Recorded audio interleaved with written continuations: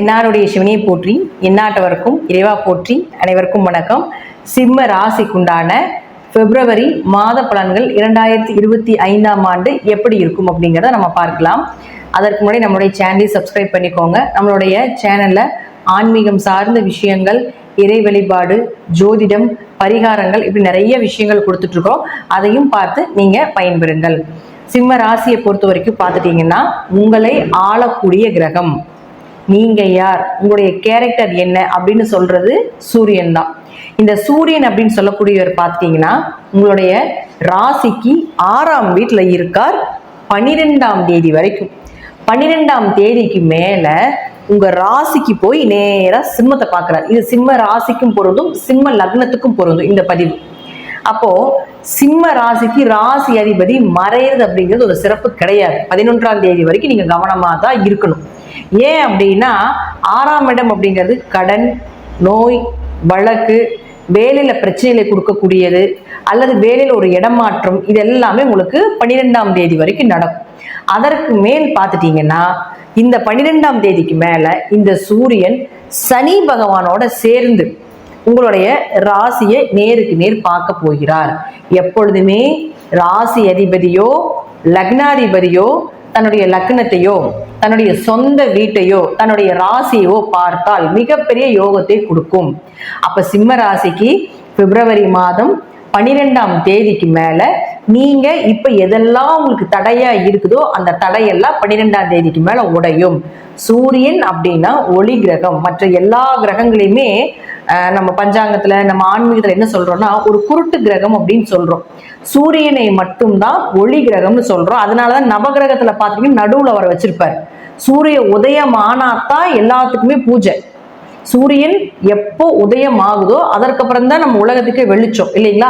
அப்போ சூரியன் தன்னுடைய சொந்த வீட்டை பார்க்கும் பொழுது, இப்ப பாருங்க இந்த சிம்ம ராசி சிம்ம லக்னத்துக்குலாம் கண்டசனி நடந்துட்டு இருக்கும். கண்டசனினால கணவன் மனைவிக்குள்ள பிரச்சனை, வியாபாரத்துல ஒரு செழிப்பு இல்லாம இருக்கிறது, பார்ட்னருக்குள்ள, நண்பர்களுக்குள்ள, இதெல்லாமே இந்த சிம்மத்துக்கு கண்டசனி நடக்கக்கூடிய காலகட்டங்கள் இருக்கும். இப்போ இந்த கண்டசனியினுடைய தடை, அந்த சனி பார்க்கறதுனாலதான் அந்த இடம் இருளாக இருக்குதுன்னு சொல்றோம். அப்போ அந்த இருளை அந்த ஒளியை, அந்த இருளை உடைத்து அந்த ஒளியை கொடுக்கக்கூடிய கிரகம் சூரியன் 7லிருந்து நேரா உங்க ராசியை பார்க்கும் பொழுது நடக்கும். அப்போ சிம்ம ராசி சிம்ம லக்னக்காரர்கள் எல்லாமே இந்த ஒரு மாதம் உங்களுடைய பிளான் எல்லாமே சூப்பரா நீங்க என்ன நினைக்கிறீங்களோ அது எல்லாமே பிளான் பண்ணி வச்சுக்கோங்க. கண்டிப்பா நடப்பதற்குண்டான வாய்ப்புகள் உண்டு. உங்களுக்கு இருக்கக்கூடிய அந்த இருள் விலகி ஒரு ஒளி கிடைக்கும். அதே போல யாரோ ஒருத்தர் வந்து உங்க ஹெல்ப் பண்ண வருவாங்க. யாரோ ஒருத்தர் மூலமாக நீங்க எதுல எல்லாம் ஃபெயிலியர் ஆயிருக்கிறீங்களோ, எதுலாம் டவுனா நிக்கிறீங்களோ, எதுலாம் உங்களுக்கு தடை தாமதங்கள் ஆயிட்டு இருக்குதோ அதற்கு எல்லாத்துக்குமே ஒரு வெளிச்சத்தை கொடுப்பதற்கு ஏதாவது ஒரு மூலமாக உங்களுக்கு நிச்சயமாக இந்த கிரகங்கள் உங்களுக்கு காண்பித்து கொடுக்கும் அப்படிங்கிறத முற்றிலும் உண்மை. அப்போ ஒரு மாதம் சூரியன், அதாவது இங்கதான் இருப்பார். மாசி மாதம் முழுவதும் சூரியன், தமிழ் மாதத்துல சொல்லிட்டோம்னா மாசி மாதம் முழுவதும் இங்கதான் இருப்பார். மாசி மாதம் முழுவதும் நீங்க உங்களுக்கு உண்டான விஷயங்களை கொஞ்சம் கவனமாக செயல்படுத்தினீங்கன்னா இந்த மாதம் நீங்க என்ன நினைக்கிறீங்களோ அது எல்லாமே இந்த ஒரு வருடத்திற்கு உண்டான ஏதாவது ஒரு நல்ல விஷயத்தை அது கண்டிப்பா கொடுத்துட்டு தான் போகும் அப்படிங்கிறது முற்றிலும் வேணும். ஏன்னா நேருக்கு நேர் பார்வை, நேரடி பார்வைக்கு வளர்ச்சின்னு அர்த்தம். குரு, சனி, செவ்வாய் இதுக்கெல்லாம் ஒவ்வொரு பார்வைகள் உண்டு. ஆனா சூரியனுக்கு ஒரே பார்வை, நேரடி பார்வை மட்டும்தான். அப்ப அவர் நேரடியா பார்க்கும் பொழுது உங்க ராசியவே தன்னுடைய சொந்த வீட்டையே பார்க்கும் பொழுது நிச்சயமாக நல்லதை செய்து கொடுத்துத்தான் போவார் அப்படிங்கிறது முற்றிலும் உண்மை. அப்போ உங்களுடைய பிளான் எல்லாம் நீங்க எப்ப வச்சுக்கலாம்னா 12ஆம் தேதிக்கு மேல, 12ஆம் தேதி வரைக்கும் கொஞ்சம் அமைதியா இருங்க. 12ஆம் தேதிக்கு மேல பெயர், புகழ், மதிப்பு இதெல்லாமே கண்டிப்பா உண்டு. உங்க பிளானிங் எல்லாமே 12ஆம் தேதிக்கு மேல நடக்கும் அப்படிங்கிறதுல எந்த மாற்றமும் கிடையாது. அடுத்தது புதன். இந்த புதன் யார்? உங்களுக்கு தனஸ்தானாதிபதி, லாபஸ்தானாதிபதி. அவர் இருக்கிறதும் பாத்துட்டீங்கன்னா உங்களுக்கு 6ல தான் போயிருப்பார். அப்ப 2 கூட எவரோ இந்த லாபஸ்தானாதிபதியோ தனஸ்தானாதிபதி இங்க 6ல மறையும் பொழுது பணம் வராது. சொந்த தொழில் பண்ணிட்டு இருந்தீங்கன்னா கொஞ்சம் லாபங்கள் குறைஞ்சு வந்திருக்கும். பெரிய அளவுக்கு பணம் ரோலே ஆயிருக்காது இந்த மாதம். ஆனா இந்த புதனும் பார்த்துட்டீங்கன்னா அடுத்தது உங்களுக்கு 7ஆம் வீட்டுக்கு போறார் 11ஆம் தேதிக்கு மேல. அப்ப 2 கூடையவர் 11ஆம் அதிபதி 7க்கு வரும் பொழுது நீங்க எதிர்பார்த்த பண வரவு நிச்சயமாக கிடைக்கும்.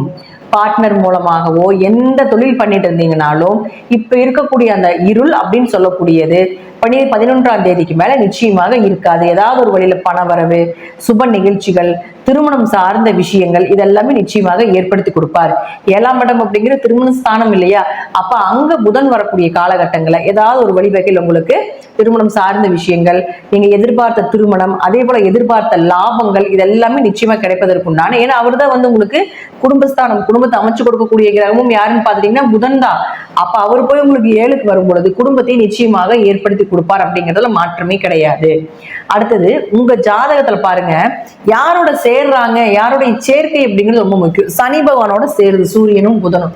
அப்போ இந்த சனி புதன் சேர்க்கை அப்படிங்கிறது வியாபாரத்துல, தொழில்ல, ஒரு லாபத்துல வளர்ச்சியை கொடுத்துரும்.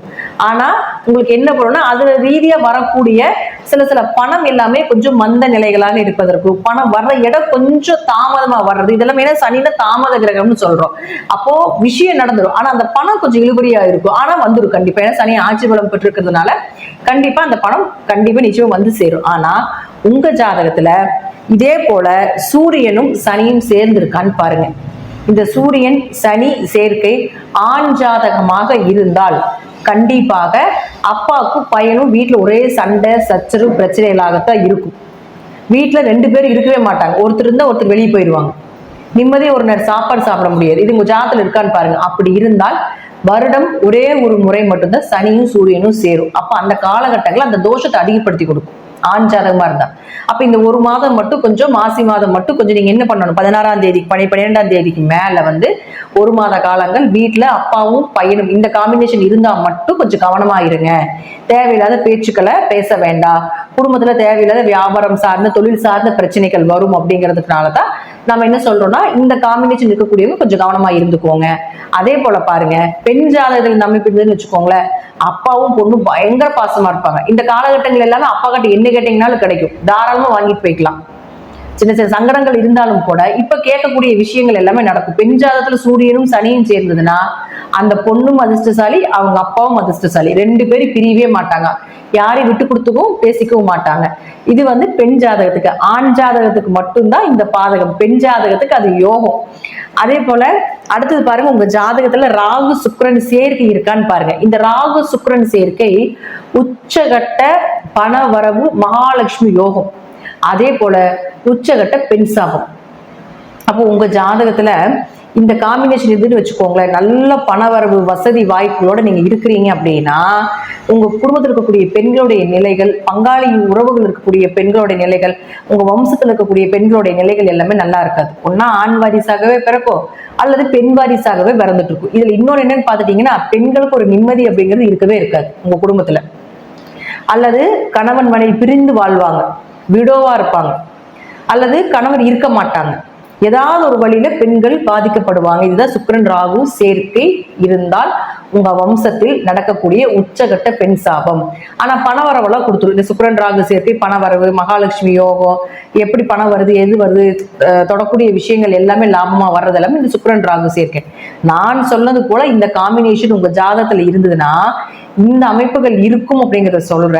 அது இந்த மாசம் என்ன நடக்கும் அப்படின்னு பாத்துட்டீங்கன்னா உங்க ஜாதகத்துல சுக்கிரன் ராகு சேர்க்கை அல்லது சுக்கிர திசையில ராகு புத்தி, ராகு திசையில சுக்கிர புத்தி, சுக்கிர திசை ராகு திசை, ராகு இருக்கக்கூடிய வீட்டிலிருந்து 1ஆம் வீடு, 5ஆம் வீடு, 9ஆம் வீட்டுல சுக்கிரன் இருந்தாலோ அல்லது சுக்கிரன் ராகு சாரம் வாங்கி இருந்தாலோ, ராகு சுக்கிரன் சாரம் வாங்கி இருந்தாலும் சுக்கிரன் ராகு சேர்க்கை தான். இது எல்லாமே இந்த மாதம் உங்க ஜாதகத்தில் இருந்தால், ஆணாக இருந்தால் பெண்களிடமும், பெண்ணாக இருந்தால் ஆண்களிடம் ரொம்ப கவனமா இருக்கணும்.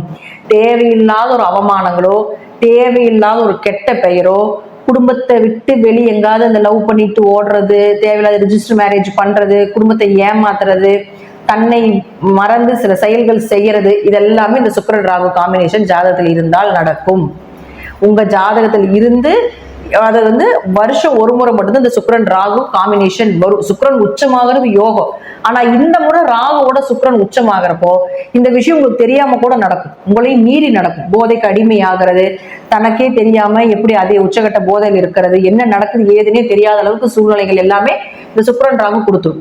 அதனால இந்த மாதம் முழுவதும் இந்த சுக்கிரன் ராகு சேர்க்கை இங்கதான் இருக்க போகுது. தை அமாவாசையிலிருந்து தொடங்குது. இது பார்க்கக்கூடிய பேரண்ட்ஸ் உங்களுடைய குழந்தைகளுடைய ஜாதகத்துல இது இருந்தாலும் குழந்தைகள் கிட்ட கொஞ்சம் கவனமா இருங்க. குழந்தைகள் என்ன பண்றாங்க ஏது பண்றாங்க அப்படிங்கிறது கொஞ்சம் கவனமா பார்த்துக்கோங்க. ஏன்னா இந்த காம்பினேஷன் சரியில்லாத ஒரு காம்பினேஷன். பண வரவுக்கு ஓகே, ஆனா கேரக்டர் வைஸ்ல கை வச்சிடும். அதே போல சனியும் சூரியன் சனி புதன் சேர்க்கை எல்லாமே இருந்தாலும் கொஞ்சம் கேரக்டர் வைஸ்ல இந்த சுக்கிரன் ராகு காம்பினேஷன் இருந்தாலும் சில அவமானத்தை கொடுக்காம அது இந்த இடத்த விட்டு போகாது. அதனால கொஞ்சம் கவனமா இருங்க. ஏன்னா உங்க ராசிக்கு இந்த சிம்ம ராசிக்கு 3 மற்றும் 10ஆம் அதிபதி 3 10 குடையவராக இருக்கும் பொழுது தொழிலே கொஞ்சம் கை வச்சிரும். தொழில் வளர்ச்சியை கொடுத்தாலும் கூட கொஞ்சம் பெண்கள் விஷயத்துல, ஏன்னா உங்களுக்கு கர்மகாரகன் சுக்கிரன் யாரும் உங்களுக்கு 10ஆம் அதிபதி, 10ஆம் இடம் தான் வந்து நம்மளுடைய கர்மாவை சொல்லக்கூடியது. அப்போ சிம்மராசி சிம்ம லக்னக்காரங்கெல்லாம் பாத்துட்டீங்கன்னா அவங்க கர்மாவை எங்கிருந்து பாக்கணும் அப்படின்னா 10ஆம் இடம் சுக்கிரனை வச்சு பார்த்தா அவங்க கர்மா தெரிஞ்சு போயிடும். அப்போ உங்க கர்மகாரகன் ராகுவாக இருக்கக்கூடிய ஒரு பாவ சர்வ கிரகத்தோட பாவ கிரகத்தோட சேரும் பொழுது ராகு தாங்க வந்து உங்களுடைய பாவத்தை கழிப்பாரு. சனி பகவான் வந்து இவர் இந்த பாவங்கள் செஞ்சிருக்காங்க அப்படின்னு சாஸ்திரக்காரகன் சனி பகவான் இந்த இடத்துல இந்த கிரகம் உட்காரணும், சுக்கிரன் அந்த இடத்துல இருக்கணும், குரு இந்த இடத்துல இருக்கணும், இவங்க ஜாதகத்திலையும் சனி பகவான் கணிப்பார். அந்த கணிச்ச அந்த பாவத்தை கழிக்கிறது யாருன்னா ராகு தான். அப்ப ராகு வந்து ஒரு ஜாதகத்துல நல்லா இருக்கணும், கண்டிப்பா நல்லா இருக்கணும். ஏன்னா ராகு நல்லா இருந்தாதான் நல்ல கர்மாவே வாங்கிட்டு வந்திருக்காங்கன்னு அர்த்தம். இதுல நம்ம சோழி பிரசனம் பார்ப்போம் இல்லைங்களா, சோழி பிரசனம் போட்டு பாக்குறது. பிரசனத்துல பார்த்தோம்னா குலதெய்வத்தை ஒரு வகையில எடுத்தாலும் கூட ராகு வச்சு அவங்க வம்ச தோஷத்தையுமே நம்ம சொல்லிடுவோம். ராகுதான் வம்சாவளியாக வரக்கூடிய தோஷங்கள் எல்லாமே சொல்றது ராகுதான். அப்ப இந்த வம்சாவளியாக வர பெண் சாபம் பெண் தோஷத்தை சொல்றது சுக்கிரன் ஒரு பெண் கிரகம். அதோட ராகு சேர்றதுனாலதான் நம்ம என்ன சொல்றோம்னா வம்சாவளியாக பெண்களுக்கு துரோகம் பண்ணி இத்தனை தலைக்கட்டு 3 தலைக்கட்டு 4 தலைக்கட்டு 7 தலைக்கட்டு எல்லாம் பெண் சாவதனால நிறைய கஷ்டங்களை அனுபவிக்கிறதெல்லாம் பாத்துட்டீங்கன்னா இந்த சுக்கிரன் ராகுதான். நம்மளுடைய வம்ச தோஷத்தை சொல்லக்கூடியது ராகுதான். அப்ப அந்த ராகுவோட சிம்ம ராசிக்குண்டான கர்ம காரகன் உங்க கர்மாவை கழிக்கக்கூடியது உங்க கர்மாவை சொல்லக்கூடிய சுக்கிரன் ராகுவோட சேரும் பொழுது உங்க கர்மா இந்த மாதத்தில் கழிப்பதற்குண்டான ஏதாவது ஒரு வேலை நிச்சயமாக நடத்தியே தீர்வார் இந்த சுக்கிர பகவான் ராகுவோட காம்பினேஷன்ல சேர்ந்து. அப்போ உங்க ஜாதகத்துல இதெல்லாம் இருந்ததுன்னா நீங்க செய்ய வேண்டிய ஒரே விஷயம் என்னன்னு பாத்தீங்கன்னா குலதெய்வ வழிபாடு. ராகு எந்த அளவுக்கு தோஷத்தையும் ராகு எந்த அளவுக்கு உங்களுடைய வம்சா தோஷத்தையும் சொல்லுதோ அந்த அளவுக்கு உங்க வம்சத்தை காப்பாற்றக்கூடிய ஒரே தெய்வம் குலதெய்வம் தான். அப்ப குலதெய்வ வழிபாடு செய்யணும். இது போல காம்பினேஷன் இருக்குது அப்படின்னா டக்குன்னு ஓடிடுங்க குலதெய்வ கோயில். குலதெய்வத்தினால மட்டும்தான் காப்பாற்ற முடியும். அப்படிங்கிறதுனால சிம்மராசி சிம்ம லக்னமாக இருந்தாலும் இந்த காம்பினேஷன் ஜாதகத்தில் சூரியன் சனி சுக்கிரன் ராகு சேர்க்கையில இருந்ததுன்னா நிச்சயமாக நீங்க குலதெய்வ வழிபாடை இந்த மாதம் தை அமாவாசையிலேயே போய் பண்றது ரொம்ப விசேஷம். ஏன்னா அன்னைக்குதான் சுக்கிரன் உச்சமாகுது, அவரோட போய் ஜாயிண்ட் ஆகிறார். அப்போ அன்னைக்கே போய் தை அமாவாசை அன்னைக்கு நீங்க குலதெய்வத்துக்கு வழிபாடு பண்ணிட்டு வந்துட்டீங்கன்னா இந்த மாதம் மழையாட்ட வரக்கூடிய பிரச்சனை பனியாட்ட விலகும் அப்படிங்கிறது தான் முற்றிலும் உண்மை. அப்போ இந்த மாதம் நீங்க வழிபட வேண்டிய ஒரே தெய்வம் குலதெய்வம் மற்றும் சூரியன் சனி சேர்க்கை இருந்ததுன்னா கால பைரவர் வழிபாடு செய்யலாம். அதாவது ஞாயிற்றுக்கிழமை சனி ஹோரையிலையோ அல்லது சனிக்கிழமை உங்களுக்கு சூரிய ஹோரை எந்த டைம்ல வருதுன்னு பார்த்து நீங்க செய்து கொள்வது என்பது சிறப்பான ஒரு விஷயம். அங்க போய் வழிபாடு செய்யறதுனாலே போதும். சும்மா ஒரு வில்வ இலை வாங்கி சிவனுக்கு கொடுத்து பைரவருக்கு கொடுத்து அர்ச்சனை உங்க பேருக்கு யாருக்கு இந்த காம்பினேஷன் இருக்குதோ அவங்களுக்கெல்லாம் அர்ச்சனை பண்ணிட்டு வந்தீங்கன்னாலும் இதோடைய தாக்கங்கள் கொஞ்சம் குறைவாக இருக்கும் அப்படிங்கிறது முற்றிலும் உண்மை. அடுத்தது பாருங்க, உங்களுடைய ராசிக்கு செவ்வாய். இந்த செவ்வாய் அப்படின்னு சொல்லக்கூடியவர் யார்? உங்களுக்கு 4 மற்றும் 9ஆம் அதிபதி. இவர் எங்க இருக்காருன்னா லாபஸ்தானத்தை போய் வக்கரத்துல நிற்கிறார். அப்ப 4ஆம் அதிபதி 9ஆம் அதிபதி சிம்மராசிக்கு சிம்ம லக்னத்துக்கு வக்கரத்துல இருந்தா தாய் தந்தையர் மூலமாக ஒரு மனக்கசப்புகள் ஏற்பட்டு இருந்திருக்கும். அவங்க சொத்துக்கள் மூலமாக, வண்டி வாகனங்கள் மூலமாக, அல்லது பூர்வீக சொத்துக்கள்னால பிரச்சனைகள் வந்தது, சொத்து சார்ந்த ஏதாவது ஒண்ணு உங்களுக்கு கிடைக்காம இருக்கிறது, அதுல ஒரு பழிபாவங்கள் ஏத்துக்க வேண்டிய ஒரு சூழ்நிலைகள், ஆரோக்கியம் கொஞ்சம் 2 பேத்துக்குமே கொஞ்சம் ஆரோக்கியம் சரியில்லாம இருக்கிறது, அதற்கு மருத்துவ செலவுகள் செய்கிறது, இதெல்லாமே வந்து இந்த 24ஆம் தேதி வரைக்கும் இருக்கும். அதுல மாற்றமே கிடையாது. வக்கரம்னா கோபம், வக்கரம்னா திரும்பி இருக்குது, வக்கரம்னா எல்லாம் டபுளா கிடைக்கிறது அர்த்தம். நல்லதா இருந்தாலும் டபுளா கிடைக்கும், கெட்டதா இருந்தாலும் டபுளா கிடைக்கும். அப்ப 4 9 குடையர் வக்கரமாய் 11 இருக்கும் பொழுது லாபம் வரும். 24ஆம் தேதிக்கு மேல மிகப்பெரிய லாபங்களும் தாய் தந்தையனுடைய அனுகிரகமும் தாய் தந்தையர் மூலமாக பூர்வீக சொத்துக்கள் மூலமாக வரக்கூடியது எல்லாமே 24ஆம் தேதிக்கு மேல நீங்க ட்ரை பண்ணீங்கன்னா கண்டிப்பா வரும். இப்ப ட்ரை பண்ணீங்கன்னா 24ஆம் தேதிக்கு முன்னாடி நீங்க போனீங்கன்னா ஒரு சண்டையோ சச்சரவோ இதெல்லாம் பெருசா வந்து கிடைக்கும். 24ஆம் தேதிக்கு மேல அதை நீங்க ப்ராசஸ் பண்ணீங்கன்னா உங்களுக்கு சுமூகமாகவே எந்த பிரச்சனையும் இல்லாம வர்றது. அதுதான் வந்து இந்த வக்ரமாகிறதுக்கும் வக்ரம் இல்லாம ஒரு கிரகம் இருப்பதற்கு உண்டான பலன். அதனால அப்பா அம்மா உறவுகள், சொத்து சார்ந்த பிரச்சனைகள், வண்டி வாகனங்கள் சார்ந்த பிரச்சனைகள் இதெல்லாமே இருக்குது அப்படின்னா இதெல்லாமே 24ஆம் தேதிக்கு மேல வைத்துக் கொள்வது என்பது ஒரு சிறப்பான விஷயமாக இருக்கும். அடுத்தது பாருங்க குரு பகவான். இந்த குரு பாருங்க பிப்ரவரி மாதம் 4ஆம் தேதி வக்ர நிவர்த்தி ஆகுது. அவரும் வக்ர நிவர்த்தியா வக்ரத்துல தான் இருந்தார், இப்ப அவர் நிவர்த்தி ஆக போறார். சிம்மராசிக்கு குரு 5 8 குடையவர். 5 யாரு? குலதெய்வ ஸ்தானாதிபதி வக்ரமாகி உட்கார்ந்துருக்குது. எப்படி வந்து உங்களுக்கு நல்லது பண்ணி கொடுத்துருக்கப்போ குலதெய்வத்துக்கிட்ட போய் நின்றாலும் கூட உங்களுக்கு நல்ல பலன் கிடைச்சிருக்காரு. அப்போ பிப்ரவரி 4ஆம் தேதிக்கு மேலதான் வக்ரம் நிவர்த்தி பெறுகிறார். அப்போ குலதெய்வ ஸ்தானம் வலுப்பெறுகிறது. குலதெய்வத்தினுடைய அனுகிரகம் பிப்ரவரி 4ஆம் தேதிக்கு மேல நிச்சயமாக கிடைப்பதற்குண்டான வாய்ப்புகள் உண்டு. அது ராசிக்கு 10ஆம் வீட்டுக்கு வரப்போகிற 10ஆம் வீட்டுல இருக்கிறார். அப்போ அதற்கு மேல குலதெய்வ வழிபாடுகள் செய்யும் பொழுது தொழில் வளர்ச்சி, தொழில நல்ல லாபங்கள், தொழில் ரீதியாக இருந்து வந்த தடைகள் உடையிறது, கெட்ட பெயர் அவமானங்கள் இதெல்லாமே விலகுவது, தேவையில்லாத பழிபாவத்துக்கு ஆளாகி இருந்தாலும் கூட அந்த பழிபாவங்கள் எல்லாமே விலகு. ஏன்னா ராசிக்கு 8ல சுக்கிரன் இருக்கும் பொழுது தேவையில்லாத பழிபாவங்கள், செய்யாத தப்புக்கு தண்டனை ஏத்துக்க வேண்டிய ஒரு சூழ்நிலைகள் இதெல்லாமே ராகு 8ல இருந்தா நடக்கும். ராசிக்கு 8ல ராகு இருக்காரு. அப்ப அது எல்லாமே இந்த குலதெய்வ வழிபாடுகள் நீங்க செய்யும் பொழுது அந்த பழிபாவங்கள் எல்லாமே கொஞ்சம் விலகும். ஏன்னா ராகுக்கு வீடு கொடுத்த கிரகம் குரு. அப்ப குரு நல்லா இருக்கணும். இந்த வீட்டுக்கு அதிபதி குரு. ராகு இந்த வீட்டில் இருந்தால் இந்த வீடு தன்னுடைய வீடாக பாவித்துக் கொள்வார்.